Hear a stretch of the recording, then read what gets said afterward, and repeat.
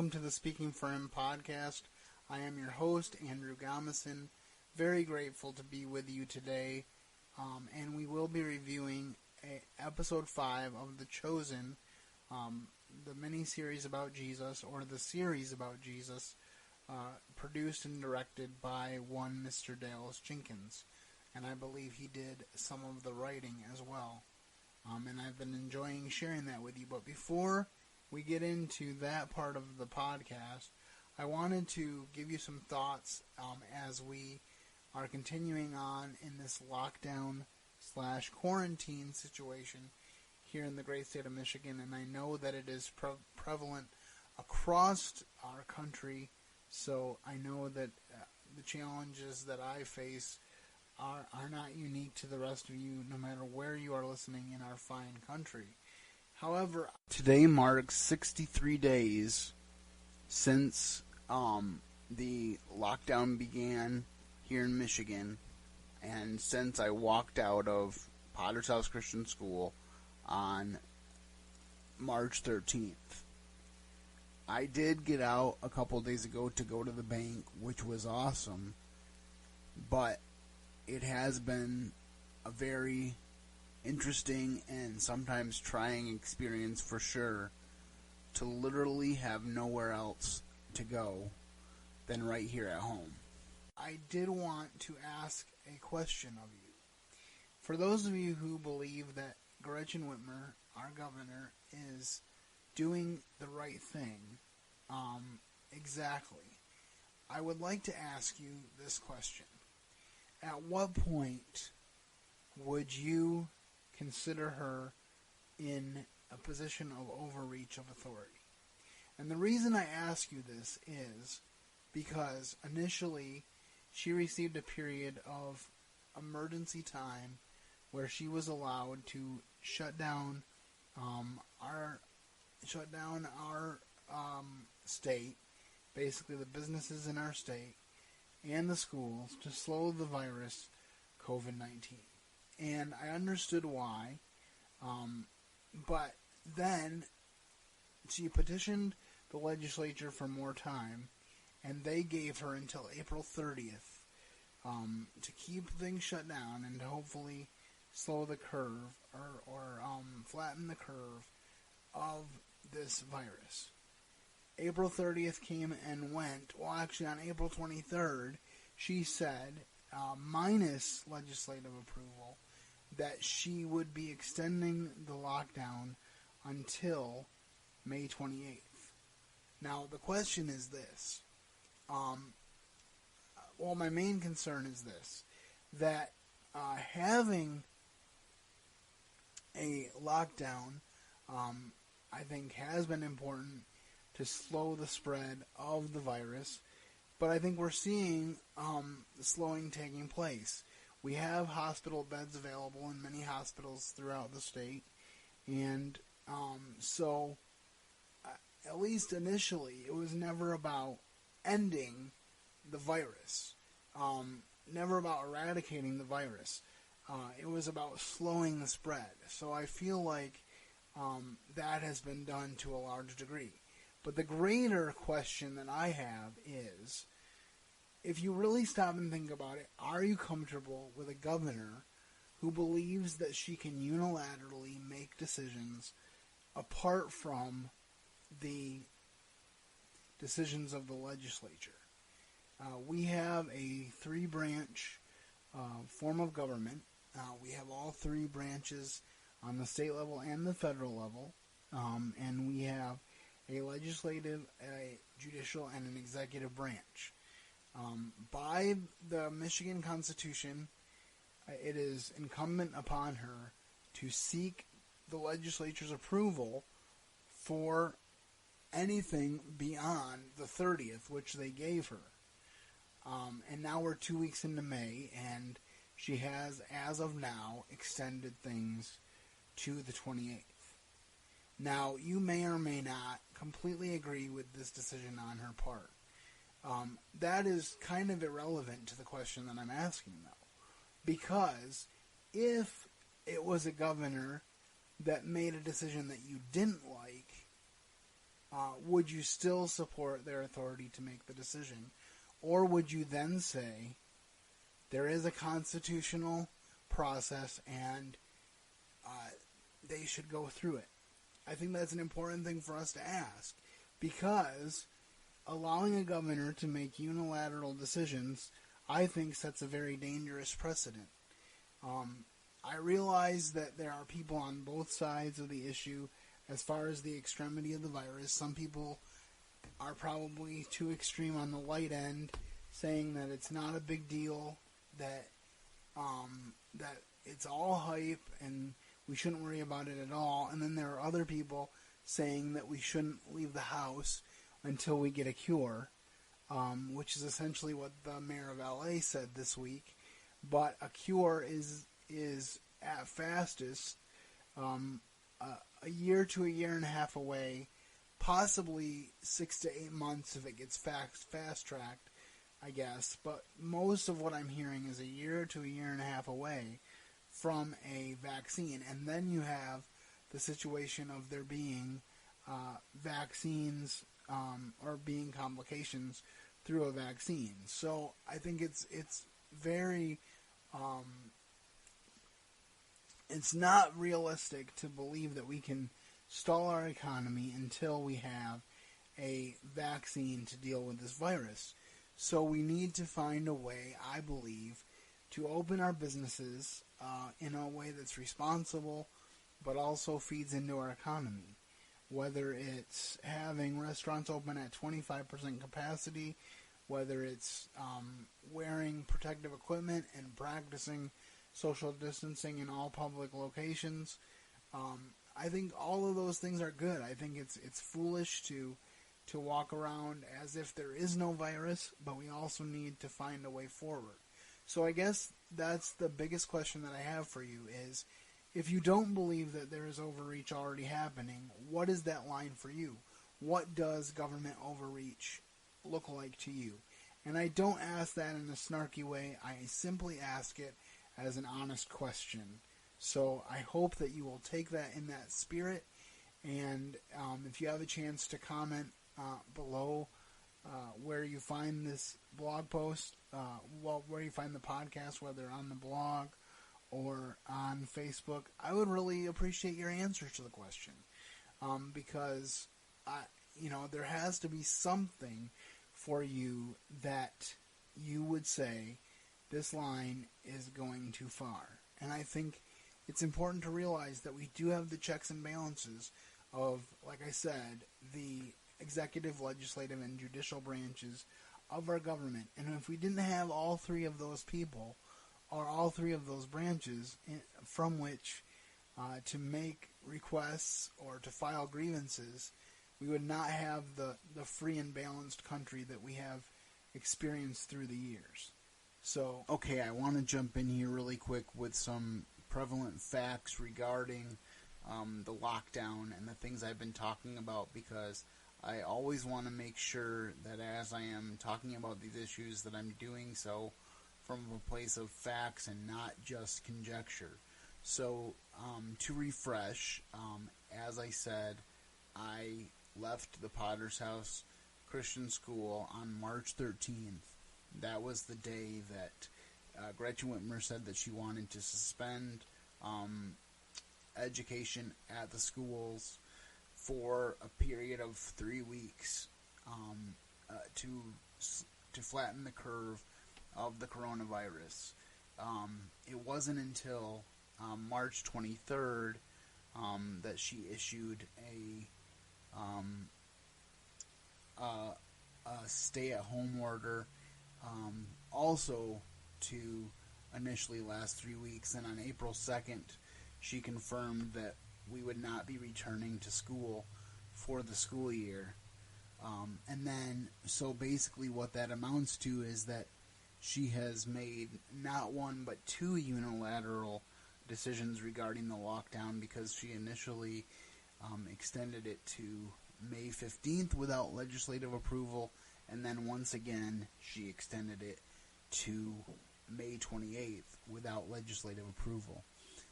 Now there is a lawsuit pending in the Michigan courts because of her overreach.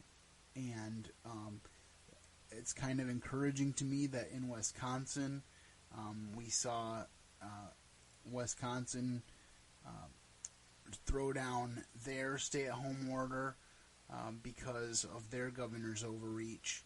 And so my hope is that something similar would happen here in Michigan. Now again, I'm not saying that we shouldn't be safe.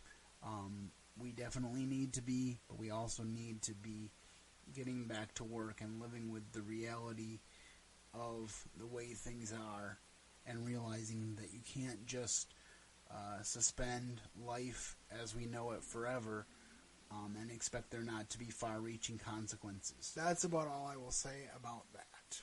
Alright, well, we do have a wonderful episode of The Chosen to review for you today. And this episode is episode 5 out of 8 in season 1. And this episode focuses on the wedding in Cana. And it kind of continues right where episode 4 ended. Because episode 4 kind of ends with Jesus reaching out to Peter and saying, "You are going to be a fisher of men. I'm going to change your life, Peter." Remember, Peter said to Jesus in the scriptures, "Depart from me, I'm a sinful man." And Jesus said, "Fear not, today I will teach you, essentially, to catch men instead of fish." And so, episode 5 basically begins with Peter going to his wife, Eden. That's her name in the series. And kind of being scared to tell her that he is planning to leave fishing and follow Jesus, because now he can't provide for her. But ironically, he was on the sea trying to provide for her all night long under his own strength and not being successful at it. So he comes to her and he tells her that he wants to follow Jesus and give up fishing, and he thinks she's going to be upset, but she's actually very excited, because she sees a peace and an excitement in Peter that she hasn't seen for a long time. Peter's actually, one of the things that's been highlighted in this series is that he has been fighting against God, kind of, and really railing against God for not providing for him in the way that he thinks he should be provided for. And don't we all feel that? Before I go much further, I just want to share with you a quote of the day, which I think kind of provides a centerpiece for this episode. And this is talking about Mary, the mother of Jesus, and it says, "His mother saith unto the servants, Whatsoever he saith unto you, do it." And I think this is a very good verse for us to remember about Jesus' authority in our own lives. When God tells us to do something, we should do it. It doesn't always make sense. As a matter of fact, it often does not make sense. But doing the Lord's will is always a good thing, and he will ultimately reward you for it. To back up a little bit, one of the interesting things about this episode is that it begins with the 12-year-old Jesus being left behind in Jerusalem, and his parents, Mary and Joseph, of course Joseph being his stepfather, come back to seek him in Jerusalem. And Joseph finds him in the temple, according to this, and then he meets up with Mary, and Mary said, "You were supposed to be with your father," and he says, "I was." Of course, we know in the scriptures, he says, "Do you not know that I needed to be about my father's business?" So you see Mary grappling with the idea that Jesus is growing beyond just being her son. And this would be probably the first of many times throughout Mary's life where she would be reminded afresh that she wasn't tasked with simply raising a regular little boy. She had sons and daughters after Jesus was born, but Jesus himself was not just a regular little boy. he was and is the divine Son of God. And so Mary had to struggle with that. And I think that is a very important thing as we go on to the main portion of the episode, because what happens is the disciples are starting to assemble. So we see a group of them gather together to meet up with Jesus, to go to this wedding. Among them, the two Jameses. I think Thaddeus is there, and I don't remember all the names that were present in the scene.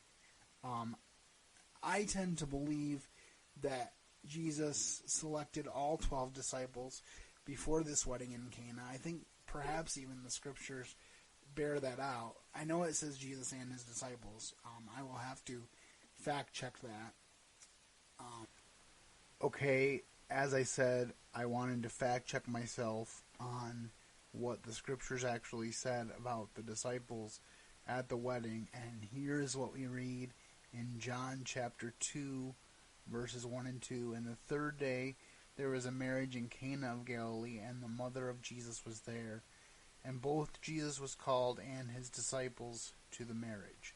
So it talks about his disciples in general, not specifically.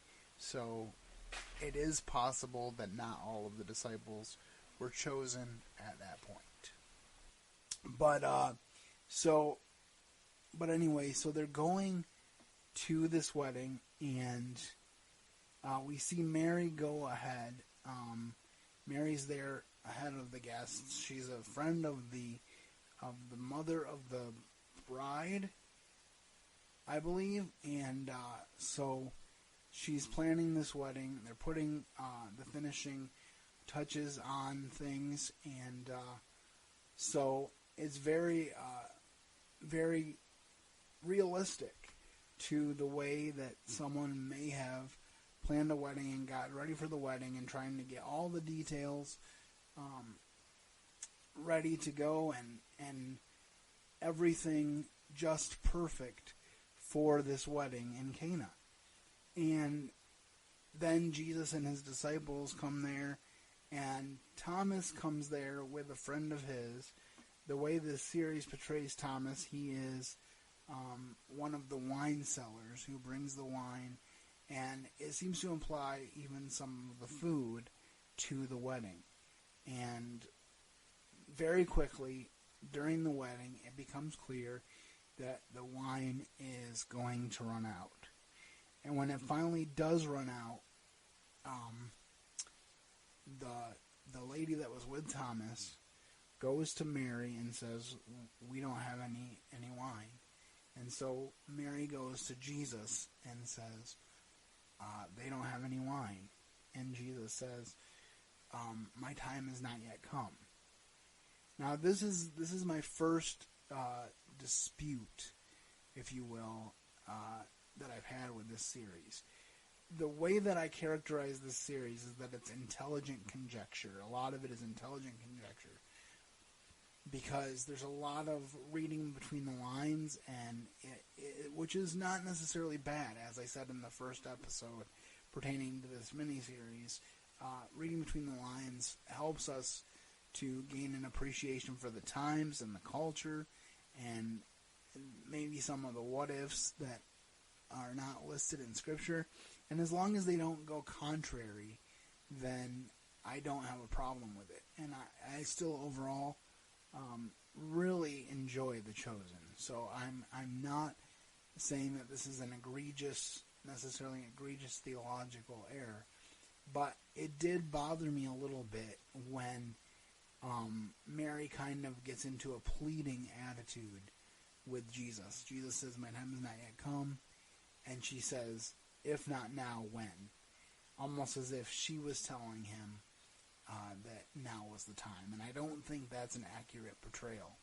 The other thing that I take issue with in this story is the part about the fact that when Jesus goes and turns the water into wine, he sends the people, the wine stewards, out of the room after they collect the water that he requested them to do, and then makes the water into wine, and you see him run his fingers through it to show that it's wine. And then he sends them into the room, and they get excited when they look into the barrels and find the wine, and then they go and deliver it to the steward. Now, I don't know for sure if this is ironclad truth, but the way I always read the story was that the stewards knew that it was water, and that it didn't necessarily turn into wine until the host of the banquet drank it. Like, I had always thought that they had no knowledge of it being wine until they served it to the steward and it was wine. They just trusted Jesus because Mary said, whatever he says to you, do it. And I also want to go back to that a little bit because I think it's a very good command for all of us to follow. Whatever he says, do it. You know, sometimes the thing that God tells us to do are not going to make sense. They're not going to be easy, but he will guide and direct us. However, we need to be guided and directed at a particular time. And so I just want to make it very clear that is something that I think is very important. And now I'm going to play a clip from this episode, and this clip is what I talked about earlier with the conversation between Peter and Eden, as Peter has gone through this shift in his thinking and he's excited about the Messiah. So enjoy this short clip from The Chosen episode 5, and I'll be back to wrap things up. Eden, we need to talk. So I hear. What have you heard? Nothing that makes sense.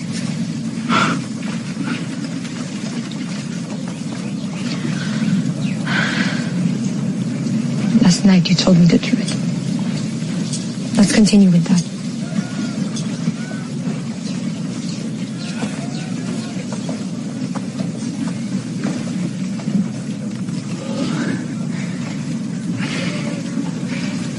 So, I worked for hours last night, and I couldn't even catch one fish the entire night. And Andrew and the boys showed up. Thank you for that, by the way. And none of us could catch one fish the entire night. It was horrible. And this morning we finally gave up and we went to shore. But there was this teacher on shore. And Andrew knew who he was, but I'll talk about that later. He told me to cast one more time, which made no sense, but I did it anyway because of the way he looked at me. And then so many fish showed up. They were pouring into the boat. So many kept coming that Zebedee ended up filling both of our boats, enough to pay off the whole debt.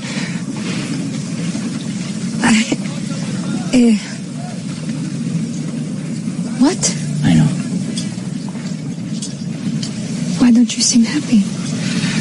Well, this is hard to explain. More than what you just told me. You know, it's like the story of Elijah and Elisha. Yes? Elisha was plowing with 12 yoke of oxen when Elijah the prophet just walked up and threw his cloak over him. A calling to follow him. And without delay, Elisha slaughtered the oxen, burned the plow, and left everything behind. Yes. The teacher, Andrew told me, but I didn't believe him at first. He's the Messiah. I know it sounds impossible, but I saw it with my own eyes. He made boatfuls of fish appear out of nowhere. And the words he spoke, the one John told Andrew was the Lamb of God who takes away the sin of the world, it was him. And then he called me to follow him. And Andrew, James, and John to go where he goes and to learn from him. And he said that I wouldn't be a fisherman anymore, but that I would catch people instead. I don't even know what that means, but I'm sure what I saw. He's the one we've been waiting for all our lives, and I want to quit fishing and leave the sea behind to go. I know it makes no sense, and I knew it would make you upset. All I can tell you is that this is...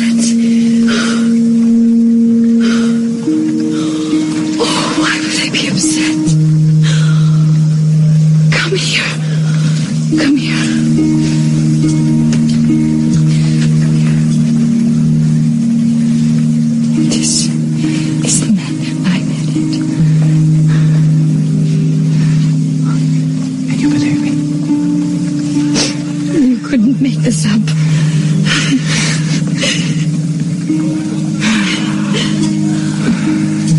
Of course he chose you. I don't know why he didn't. I tried to tell him I'm a sinful man. Everyone is sinful. I don't know what this means. I don't know yet how I'm going to provide. I don't care about that. Then why are you crying? Because someone finally sees in you what I have always seen.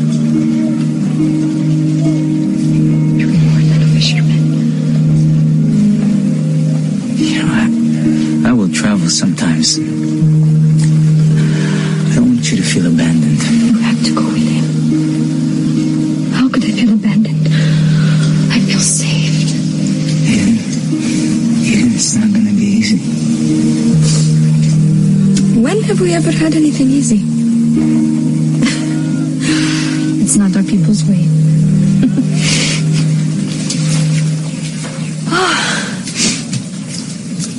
So, are you going to help me? Alright, and there you have a clip from The Chosen Episode 5, the conversation between Peter and Eden when Peter tells her he is going to leave fishing to follow Jesus. And it was really an exciting and a moving scene. And my friend Cherie Williams, she said that it was her favorite scene in all of The Chosen, and she really greatly appreciates this series. So I wanted to include that in the episode because I feel that it's moving as well, and so I hope that you appreciated that. Alright, so to conclude, I think this is a powerful episode, and then at the end of the episode, after the miracle of the wine and Thomas is questioning things and talking to Jesus, and Jesus asks if Thomas will follow him. So Thomas, the way they depict it in the movie, is recruited as a disciple at the wedding in Cana, and I think that is a very interesting perspective. We don't know exactly when each disciple was chosen, because we hear about the calling of Peter and Andrew and James and John and Philip and Nathaniel, but some of the others we just see a list, and we don't know exactly what the origin story was.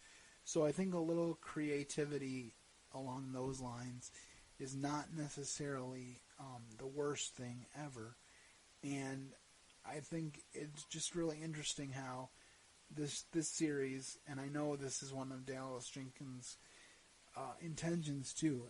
It not only explores the divinity of Christ, but also, unlike very many other things, it gets a chance to explore the humanity of Christ. And what I mean by that is you see him celebrating with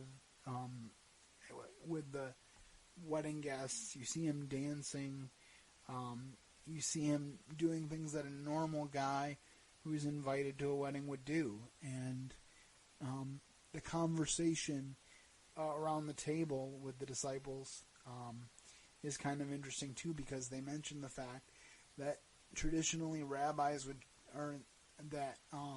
students would pick a rabbi and follow that rabbi. And in this case, Jesus is doing very deliberate choosing of his 12 disciples. And it's also made clear through this episode that he chose everymen. In other words, he chose normal, everyday human beings to be his followers. And so it's very interesting to see that dynamic come forth on the screen, and I think that you will really enjoy this episode. And like I said, as with all of these episodes, you take them with a grain of salt, weigh them against the Bible, because the Bible is what matters.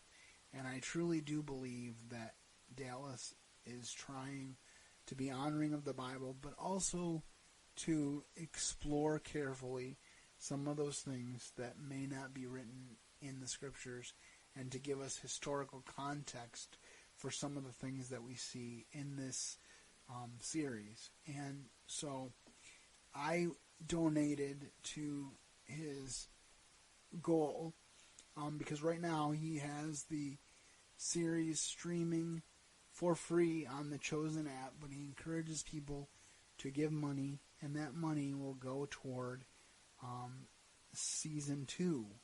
And he has season 2, I believe, either almost halfway funded or just over halfway funded.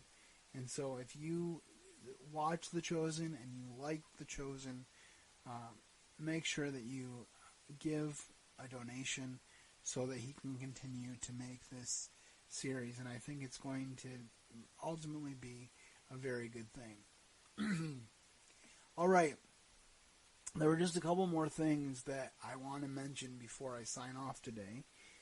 Number one is that I am 3 weeks away, it does appear, well, I know it's true, from episode 400.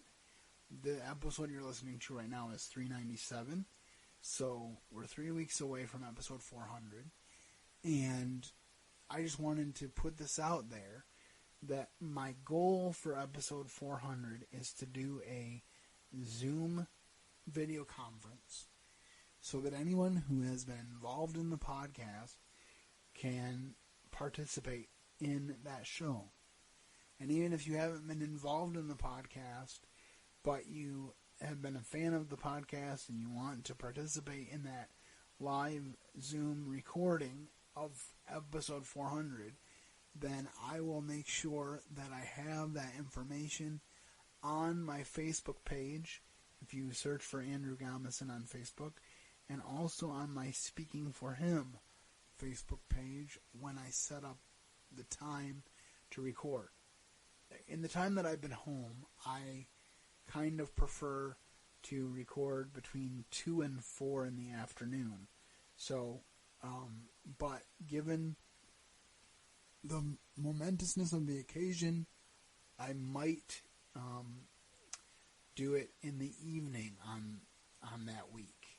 I will have to give that some thought. I will probably have a more definitive answer next week. So episode 400 was the one thing I wanted to mention. The other thing I wanted to mention is I know for the better part of 3 years, I have been talking about doing a complete and unabridged dramatic retelling, multi-voice, of The Pilgrim's Progress, reading the unabridged book, but with multiple voice actors. And because of the success that I've had using Zoom as a technology, I am going to begin to do that process on Zoom. I have started a Facebook group, Pilgrim's Progress, for the purpose of disseminating information about this project, and the goal is to record throughout the month of July 5 podcast episodes, which will encompass the entire book. So if you're interested in that, contact me with the contact information at the end of the show. Let me know you'd like to be involved in that project, and we got a lot of roles to fill, and so we would love to have you be a part of that project. Alright, well, I think that's about all I have time for today. I just want to encourage you to lean heavily on the Lord during this time. I know there's a lot of uncertainty, and we definitely need to pray for our authorities. Have a great weekend, and keep serving the best of masters. Thank you for listening to today's episode. Your host has been Andrew Gomison, founder of Speaking for Him. For more information on today's show and to leave us comments and voicemails, visit speakingforhim.blogspot.com. You can find Andrew's ministry at speakingforhim.com. That's speaking, the number 4, You can also interact with us at facebook.com/speakingforhim and on Twitter @speakingforhim. And when you look for us on iTunes and Stitcher, let us know what you think of the podcast by leaving a rating and review.